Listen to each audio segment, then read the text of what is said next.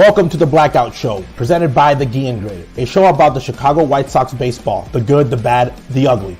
We'll debate what's working and what's not on the south side of Chicago. It's old school versus new school baseball. And most importantly, we're keeping all the receipts.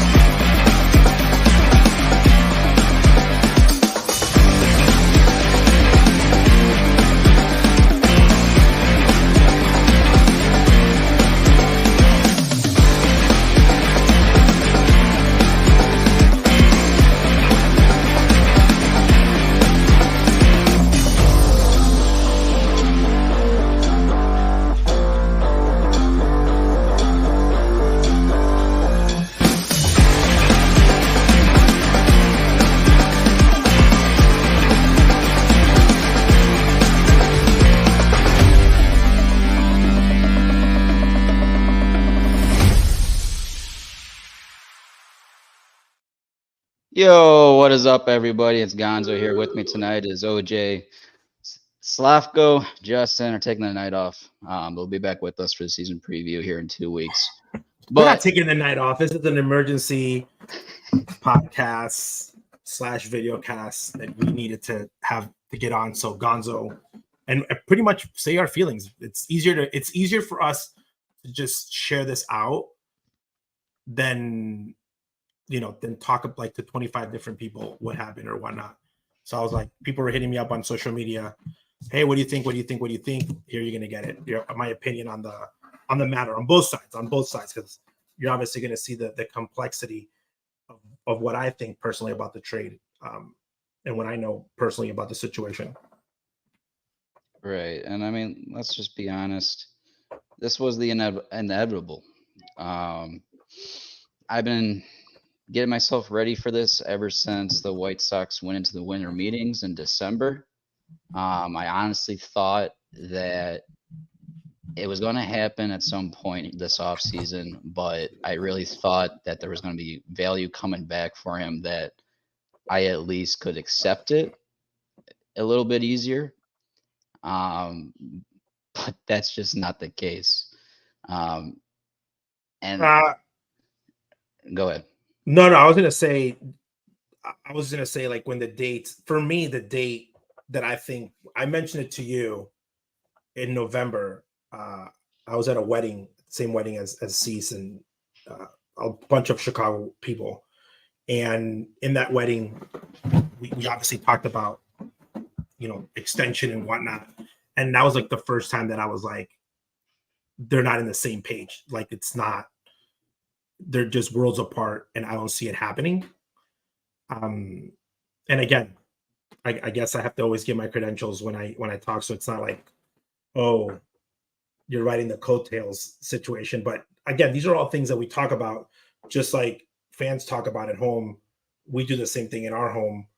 We just have insights that we've been talking about. And I never thought, again, when Scott became his agent, I always thought it was going to be a hard bridge to cross. They were going to have to overpay by a lot. But I'm not going to lie, I did see a window of hope when there was a change of personnel leading the front office. And then the people that were added, Bannister, Barfield. And then the comment made was by the chairman was, we're going to compete really quick. And this is why Chris is here. I'm not going to lie. I opened up the window in my head of like, okay, these guys probably are going to try to close him out and build around him and Pantera because of his talent. And here's the thing: no off the field issues with Dylan, which is super important. A super likable guy by his teammates, and I think by everyone that's around him. Just a very happy person. So like, there's times where you don't want to sign a guy because you don't really like his off field stuff, his chemistry, and it's kind of like his role doesn't really fit in. I think Dylan's been a great guy always, but his maturity has just gotten better, where I think that he checked all the boxes. If I'm going to pay someone other than his on the field performance, I think it would have been somebody that I would have given the money to. So that's why I thought I would have left that window open, and they could have had those conversations. I don't know, but I thought for that moment when the regime changed that Dylan could be here in the future. And again, 2 years of control at some point in there, you give him so much money that, again, so much money was coming off the books, which you're going to cover. But again, I thought that it was doable. If you're going to give the money to somebody, why not Dylan? Right. And to be completely honest, I haven't, I know we thought about going with this emergency podcast last night, but I couldn't with my mind where it was at. And even going into today, I didn't listen to Chuck's podcast. I didn't listen to anything about Dylan Cease, throughout the day at work. I didn't even touch it.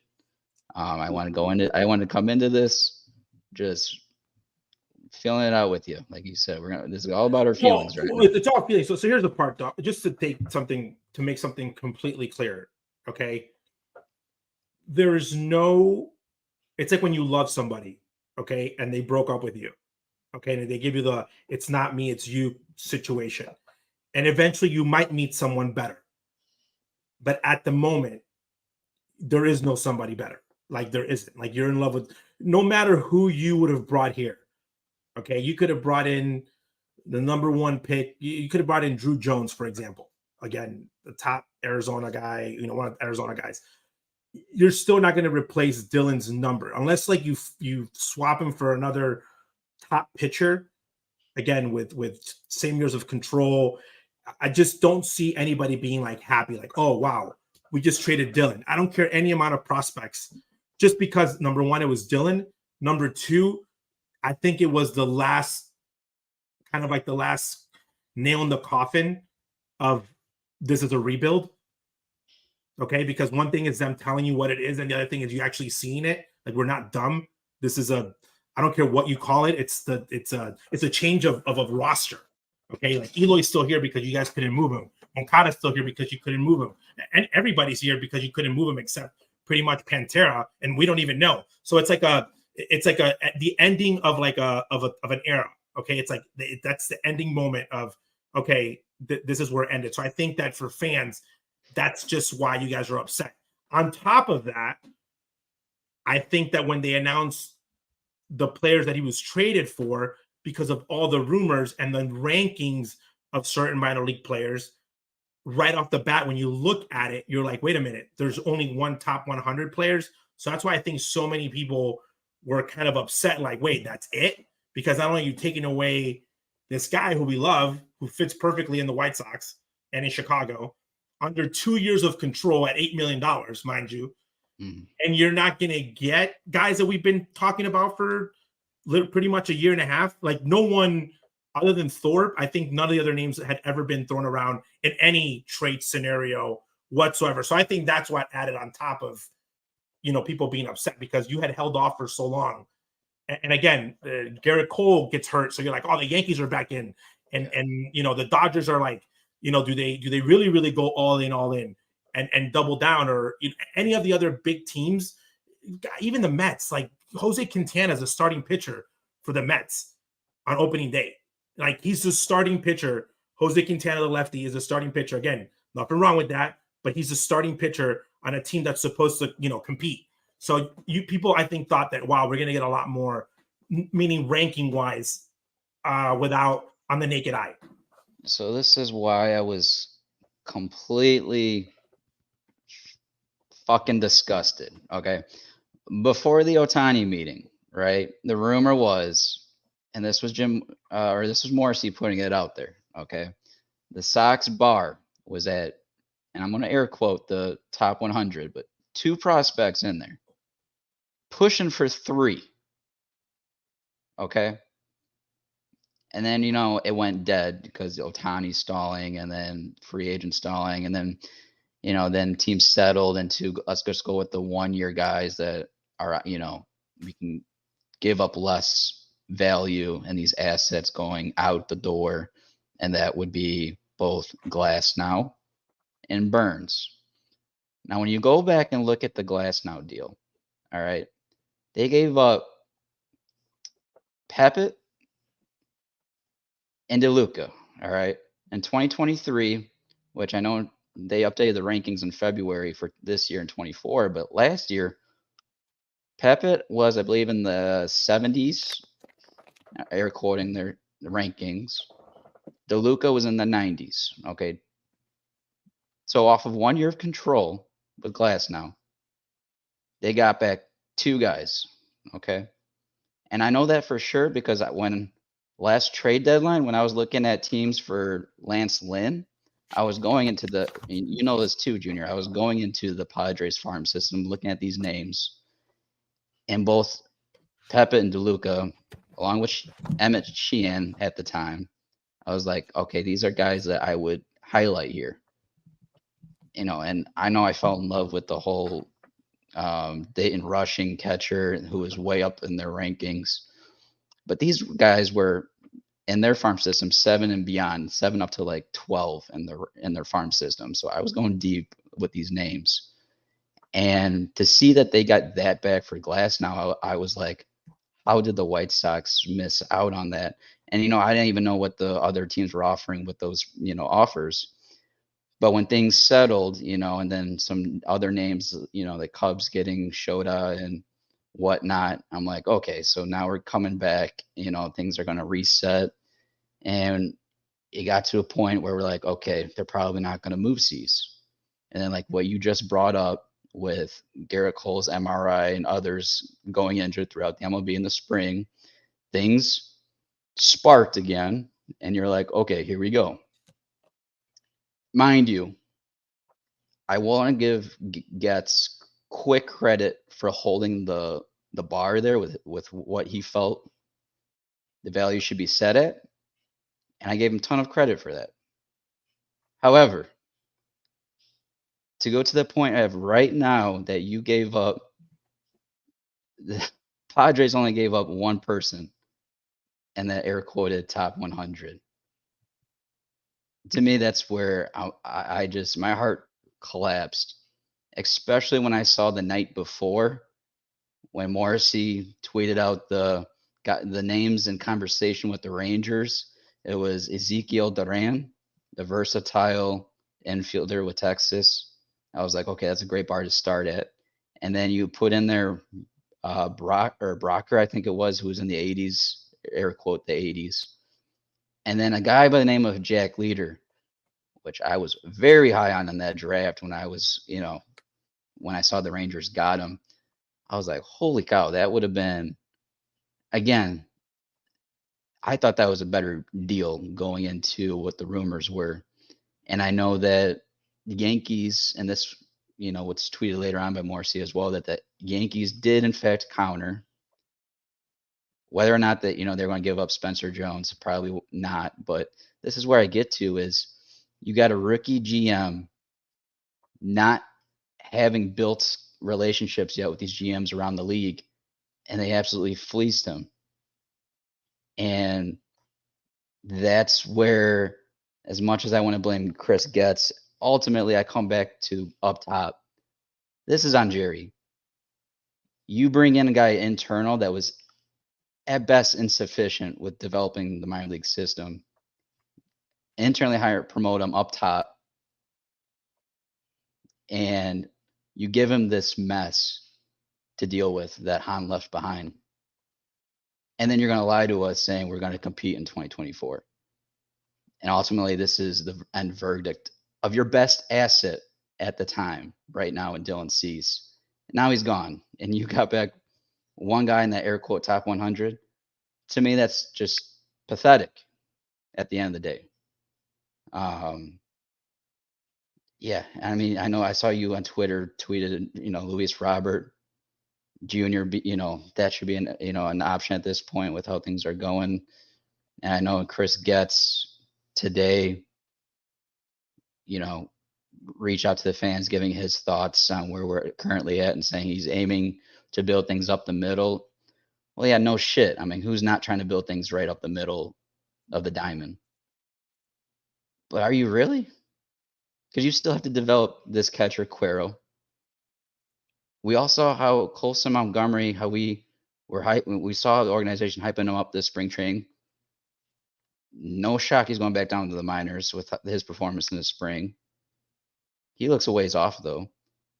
And the guy that they were trying to hype up even before him, and Jake Gonzalez saying, we get to see more reps of this kid this spring. And then they dropped that tweet off Twitter because of the stats that they showed for the kid. Is he going to be your second baseman up the middle? Who knows? And then now you're left with Luis Robert Jr. Hell of a tool guy up the middle, but you got control over him. And there's some flaws to his game as well. And quite honestly, Junior, I think there's going to be regression with the Luis Robert into this year.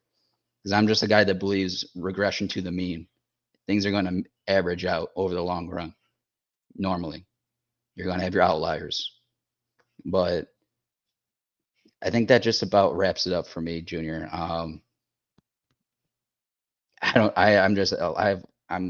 lost faith in this organization.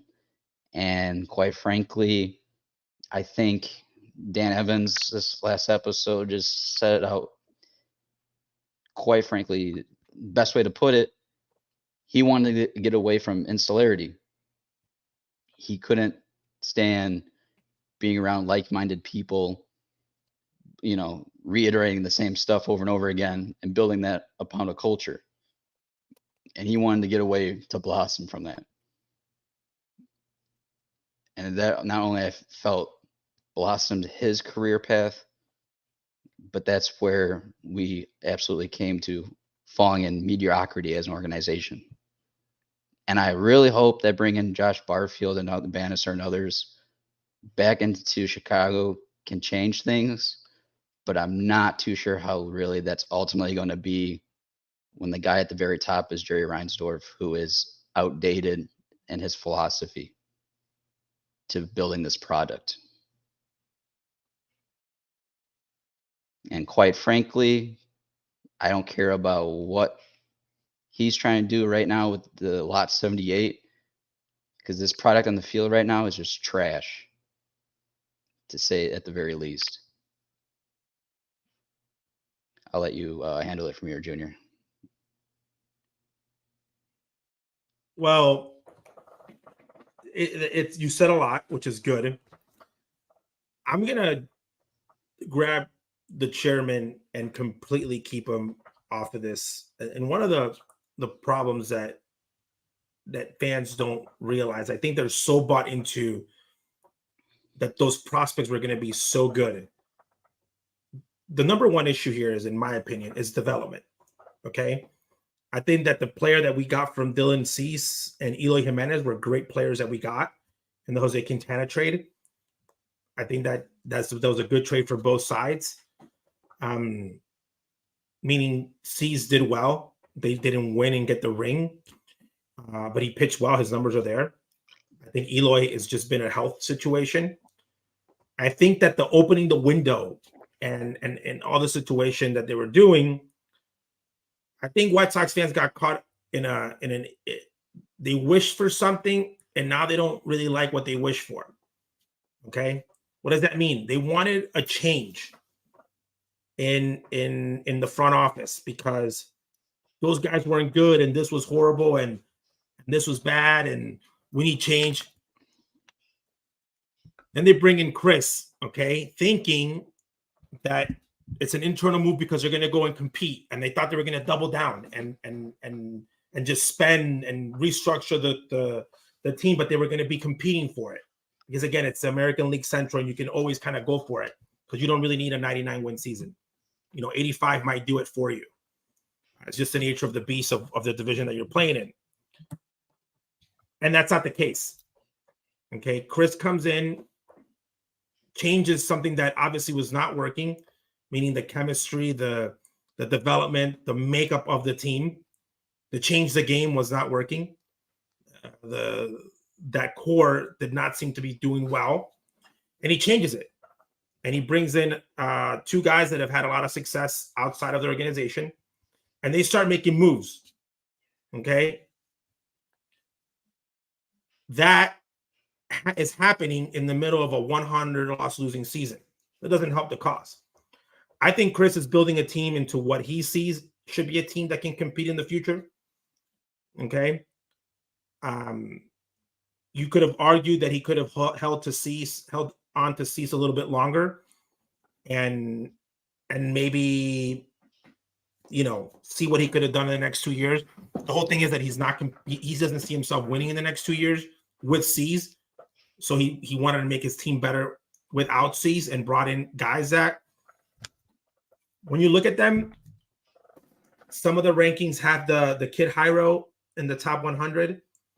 They brought in Thorpe, who was 85 in one list, 76 in the other, was with the fourth guy in the Yankees in the top 100. But he's coming in from the Yankees, traded to Padres. Padres must have seen something and said, we're moving away from this kid. You have to develop those guys. So regardless if the trade on paper is great for the bodies that you got, you have to develop those guys. And I think that this team now might look more like the Arizona Diamondbacks in the future, or the Kansas City Royals, the way that they won, or the Tampa Bay Rays. I don't think that this team's going to be, you know, having the big top free agents. Not right now. Not what I'm seeing right now. That might change down the line. So I think that he made the move.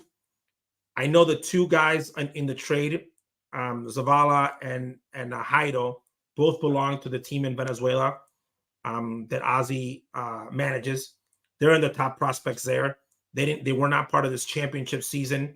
Ozzy is in his plans to at least have Jairo for at least 30 innings and potentially play Zavala, if not in center, in one of the outfield positions. But he is super young. He's 19 years old.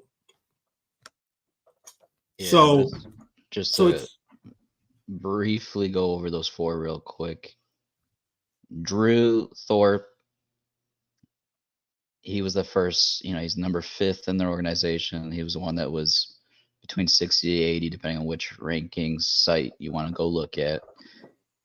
Not overpowering velocity, power guy. He's your command location guy. His fastball velocity is 94 to 96.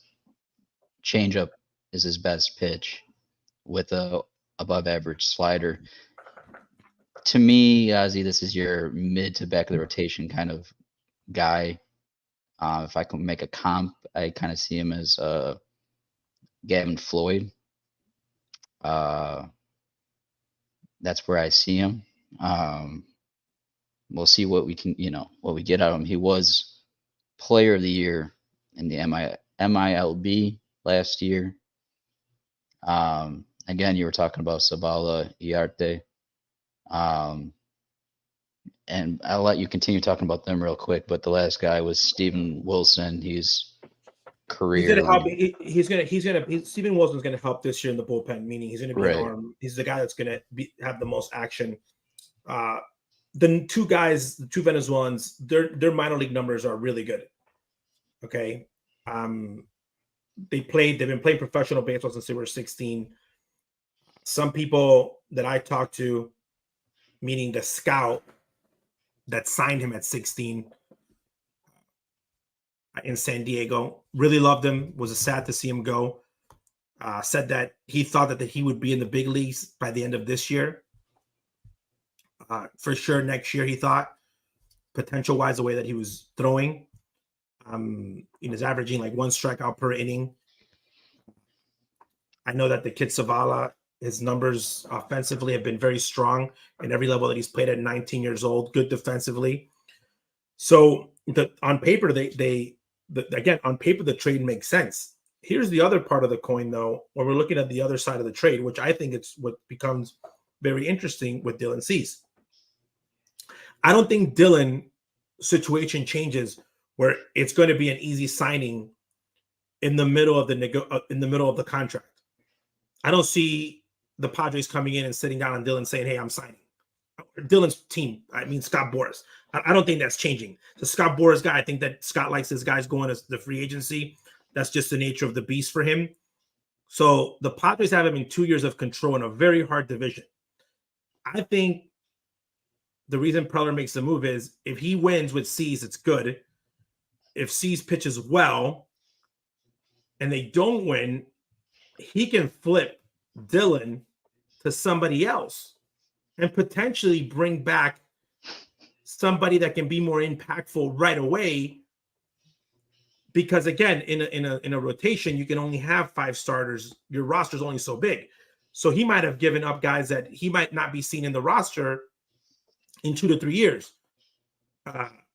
in his eyes. So Preller wants to win, but if he doesn't win, he can flip Dylan, which why I thought Dylan was so sexy in the market was because his contract's so friendly and the years of control that you could have flipped them if it didn't work out. Like the Reds could have gone and gotten Dylan Cease for 1 year, ride him out. If he doesn't work out, flip him in the offseason to somebody. And somebody's going to say, hey, give him to me because he's healthy.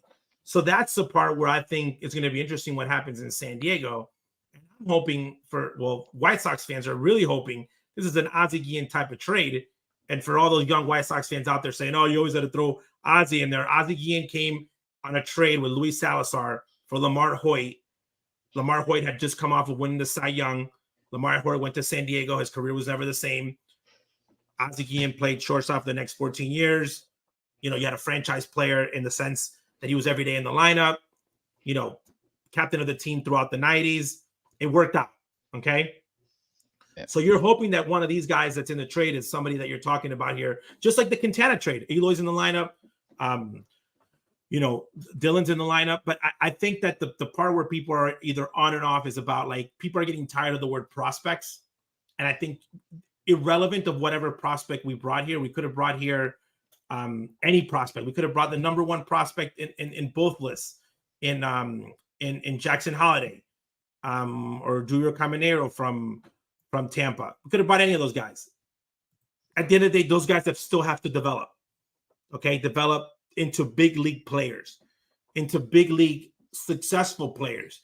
Because just because you've done it well in the minor leagues does not mean that you can do it well in the big leagues. And it's going to be interesting in the next, after this trade, how Pedro, now sets up his staff, and Chris Getz, they have to be on the same page, because should they use this year to play minor leaguers? So should have they use this year? And I don't think they are, because, for example, Oscar Colas is in AAA after only with less than 300 at-bats. So he's not going to get the chance. We got Pilar at 35 years old who might make the team over him. They just sent down the Venezuelan kid, this infielder. Brian Ramos is going to be in AAA. So a lot of the prospects that are supposed Double-A, a lot of the prospects that you think, okay, we'll bring them up to the big leagues, let them develop under Pedro. If this is the baseball they want to play, we just want to pitch well, play good defense, and if you hit, you hit. Okay. And if we win 70, 65, 80 games, if you win 68 games with the prospects that you're developing and using the big league team as like your AAA team, like meaning like development wise with Pedro, and you're like, in 2 years, these guys are going to be ready to make a push with a couple free agents, then the Cease trade is like, okay, wow, we got all the prospects up here. But I think that you keeping those prospects in the minor leagues, everyone's like, we've seen this movie before. There's no minor league player, I think, in the White Sox last 10 years that was better than Joan Moncada. They couldn't get Gordon Beckham out in AAA and in AA. Brian Anderson played so well in the minor leagues. We've seen that it's hard for players to make that jump. We saw it with Pantera. We've seen it with the pitchers. It takes some moments of adjustment. Michael Kopech made minor league baseball look like it was, like Candyland. Oscar Colas last year went down and hit 300, 290 something. Oscar was ready. There's a difference between big league baseball and minor league baseball, AAA baseball.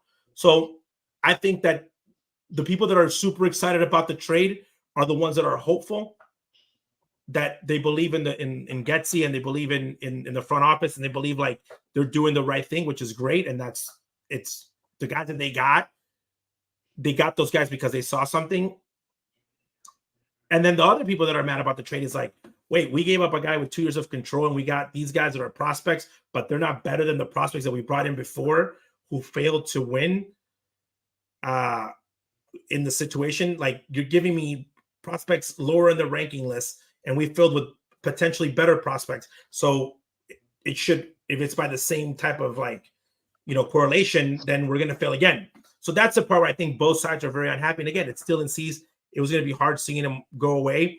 I also think that maybe out there, maybe people are throwing out that the prospects were a little bit too high again, because they didn't want to give up too much for knowing, because they know that they're not going to sign Dylan to an extension. you're not going to be able to sign him to an extension, so it's only a 2-year. So you really have to be sure that you're going all in for that ring. Or again, that's in hindsight, but then you can flip him in the middle of the year and go from there. So it's hard because it's not the old regime. Chris is in a different position. He brought in 2 guys that are very highly talented in evaluating talent and in developing that talent. But one thing's for sure, man. And somebody said, "Oh, bring Ozzie Guillen." Not good for my father's mental health. That's like right now, Pedro just went from, man, we should probably win 80 games, 70 games. It's doable, to like, you just lost your ace. Now that line on FanDuel of like, what is it, 62, 63 games, which I probably think I'm going to take the over. Now that becomes like realistic. Like, whoa, this team could struggle just because of the makeup of it. But I think that it was a trade that we're going to talk about it for a long time, because it was a guy that you could have signed in a moment. Still the big contract hasn't happened. And when we talked about earlier, man, pitching is not going to. I want to get to that. Yeah, like pitching is not going to get cheaper. So when you're projecting, if you're projecting the Pantera years, if you keep them, that's 20 and 20. At some point, the way that the game is built, unless you're going to be Tampa, which again, they haven't won anything ever. They always compete, but they never won it. The teams that have won it have always made a big investment, meaning a big multi-year contract where it's talking about the 6 to 10 year range. No World Series team has gone and won one without making that big of a commitment. No one's won with the Moneyball type of scenario. When I say Moneyball, I'm not talking about analytics. I'm talking about like winning with a team with like not a lot of guys are making a lot of money. Not like everyone's like in a low payroll. They're like a low budget team. No one's won a World Series with that. So if it's going to be, they want to make history, they can, because obviously it's there. So everyone thought for a long time that Dylan was the guy. And again, it was like when they didn't sign Rondon, which I don't think it was a bad decision. Oh my God, we're saving that money for Dylan. They didn't sign Giolito. Oh, we're saving that money for Dylan. Ronaldo Lopez. So every time that they didn't sign somebody, it was like, oh, we're saving that money for Dylan. Yeah, so keep in mind when we look at this farm system, usually, and this is the good winning organizations that know how to develop, usually 40 to 50% of their top prospects pan out. So in realizing that, I'm going to make a bold prediction, Junior. Dylan Cease is going to be top 5 in the NL this year in San Diego. Why do I feel that? Well, because I feel like he's going to dominate in Petco. This is a C-level ballpark, plays a lot of night games. It's hitter's death out here. And I really feel Dylan's going to thrive. Not only with that, but the fact that they got more analytic. They have a bigger analytic team than the South Side in Chicago. Definitely a better defensive team in Chicago. There's a lot of factors that went into some of those factors that go against Dylan with walks, the ERA that people were focusing on. And let's keep in mind, this package was built around his lowest value right now after last season. It's not geared in any way, shape, or form at the year that he had in 22, nor is it the fact that he's had three straight years of 200 plus strikeouts. There's only 8 guys in MLB that have had that success like Dylan. So that's where I feel Dylan is going to be in that situation that you were alluding to, that he's going to go off. Padres are going to trade him and get back some assets that they gave away, not only to the Sox, but for the Soto deal as well. And then what I was going to get to looking forward, and I know we were kind of trying to gear towards this, is the long term. If it were me going to 25, I'm firing Pedro. I'm bringing up Project Birmingham in 25, seeing what I got as a core. And when we cut the club options down to 46 million going into 25, you allow these kids to come up. You get a good look at them in the majors. going to that offseason at 46 million, I'll tell you one thing, I'm going right at Dylan Cease because I'm going to get him at a good market price because what the price that I get him today is going to be way higher tomorrow in the years going forward due to inflation and whatnot. Wait, so you're saying you're going to re-sign Dylan Cease to come back? That's if it was me, yes. And I'm building around Cease, Schultz, and that rotation.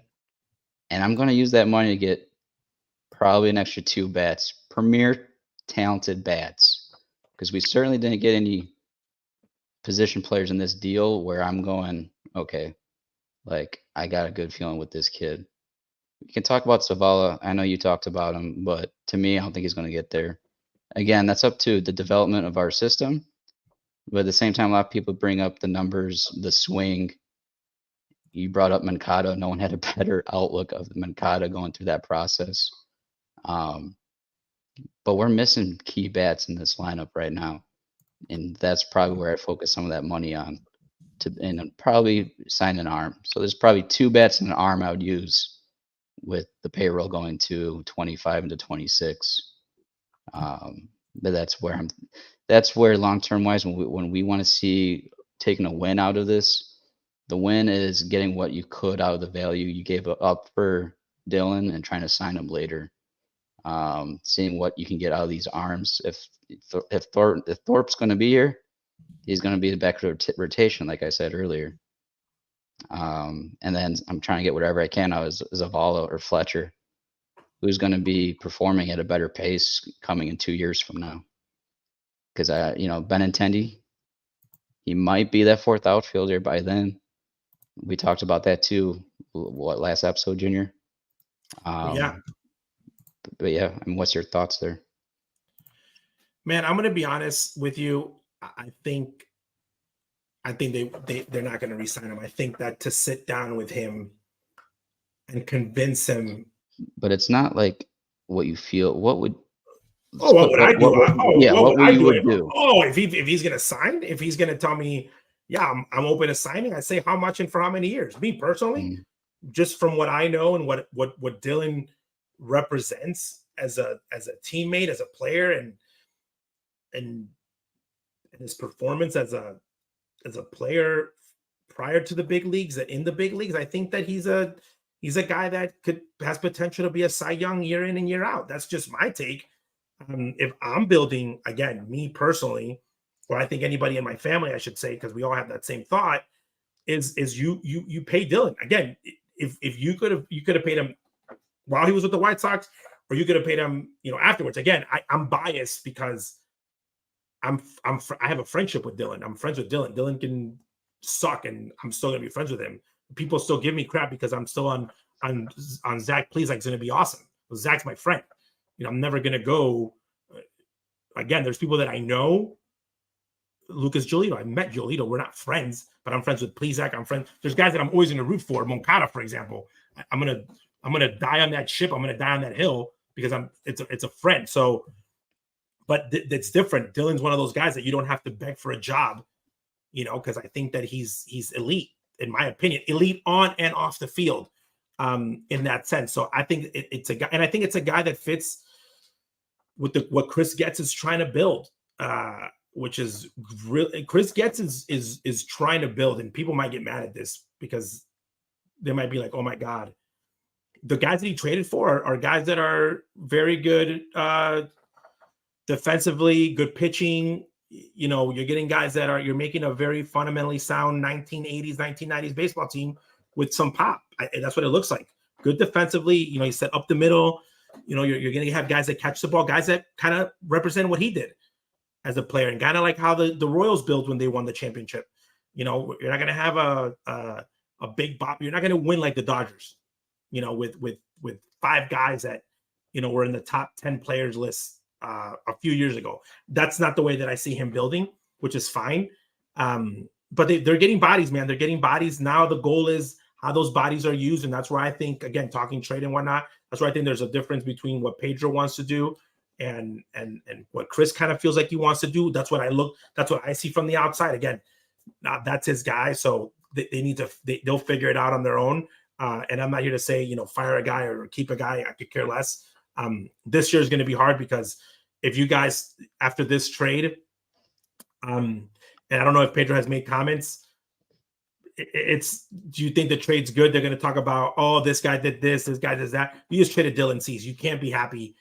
Again, you just let go of one of your best pitchers. Anything you say, you're going to look dumb.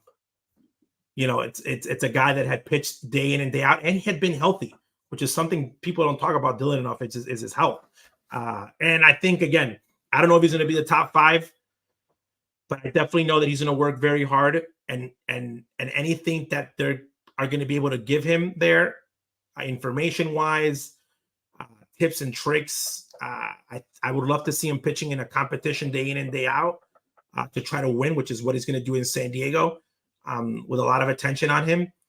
The ball's in his court now. I think a decision that for him, I think, and his family might be kind of like wow, okay, we might be sad because it happened, but we can move on. He's been a year rumored that he's going to be traded. And I don't care what anybody says. That stuff, it gets to you. You get to the ballpark and you're like, do they like me? Do they not like me? The coach comes and tells me, hey, I'm like, dude, if I'm in a bad mood, I'm like, I'm going to be out of here. And who knows when I'm out of here, but I'm out of here.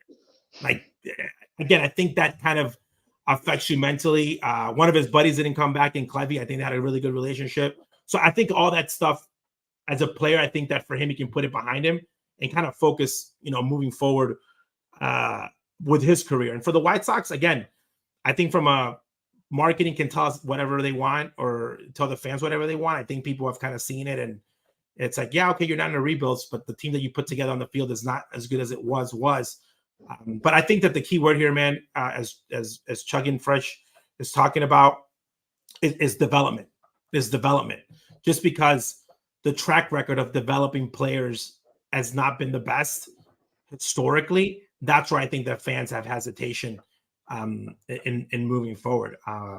But again, there's different ways to develop. My way, and the way that we've talked about, is bring up all the rookies. I don't care if I give up a year or two of control. Just go there. And Dougie's right. There was a part of me, and that's why I had the Sox in higher wins, was because I thought that they were going to hold to Dylan till the trade deadline and grab a desperate team.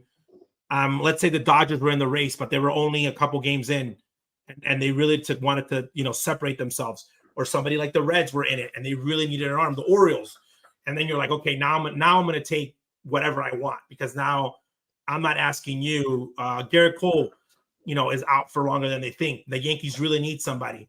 Then you can go in and take advantages of that situation. But they saw it a different way. So, in hindsight, it's easy to critique, but he made his first big move, and Chris Getz obviously now has a couple big moves under his belt, and his tenure has started. And now we just have to wait and see and look at the development. The development of the players. Spring training is great, but it's also harsh because I think everybody was up on Colson. Now they're like, is this guy that close to being ready? Like you just mentioned, a couple guys. And that also affects trades, when you're bringing guys of prospects. Even if you want to bring prospects into the organization via trade, for example, this young kid Zavala, maybe there's no spot for him in the future in the next 2-3 years. But if he develops well enough, you can flip him for a big piece on what you want. You're going to win. You're going to build a team in two ways. You're either going to build your own talent that you end up paying yourself, or you're going to trade for talent that you're going to pay. You're always going to pay. And obviously the better players get paid better, but you're either going to develop it or you're going to trade for it. And knowing what you're good at is the best. And you can mimic other teams out there and on how to do it.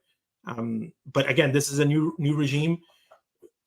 New, what I mean, meaning guys in player development, Bannister and Barfield and a couple guys that they brought in. But time will tell, man. Time will tell on the development of this. It's just really sad to see to see Cease finally go. And I'm sure that he's in Korea right now, so we'll probably see him in uniform in that game. Right. And right before we wrap it up here, I want to give us a little foresight looking forward. I know we'll get more into it here in 2 weeks, but I'm going to keep my eye on Garrett Crochet after the hell of a spring he's had it to this point. Arms looking healthy and strong. We'll see where he ends up at the end of the year. But that's a guy that's one of the pitching arms where I want to see what this new, front office and their development in the system, where that's going to take us here this season. And then also whenever they bring up Nick Nastrini, I think he earned a starting spot from the spring in the rotation to start the year, but that's up to the front office to decide. But last but not least, this is a little preview for next show here, and this is where we're gonna get into the season predictions and the division preview here. That's a hell of a statement, and I can't wait to get into it with not only you, OJ, but Slavko and Justin when we get back. But does Matt still think the division's open season? It's open season for the teams that can win 80+ games. If you think that this team can win 80+ games, prediction-wise, grab all your savings and put action on it. It's just hard to see this roster competing to win 83 games, even if the division's that easy. Correct. And so going forward here, OJ, everyone watching right now on the Guillen Grid, we're going to have a fantasy baseball draft coming up not next Sunday, but the following one on Sunday, March 24th. It's going to be at 6:30 Central Time, 6:30 p.m. Central Time, and then our opening day season preview is going to be Wednesday, March 27th, the night right before opening day. So those are the next two shows coming up. Everybody, thank you for watching. This is the Dylan Cease special. And again, thank you for watching the Blackout Show.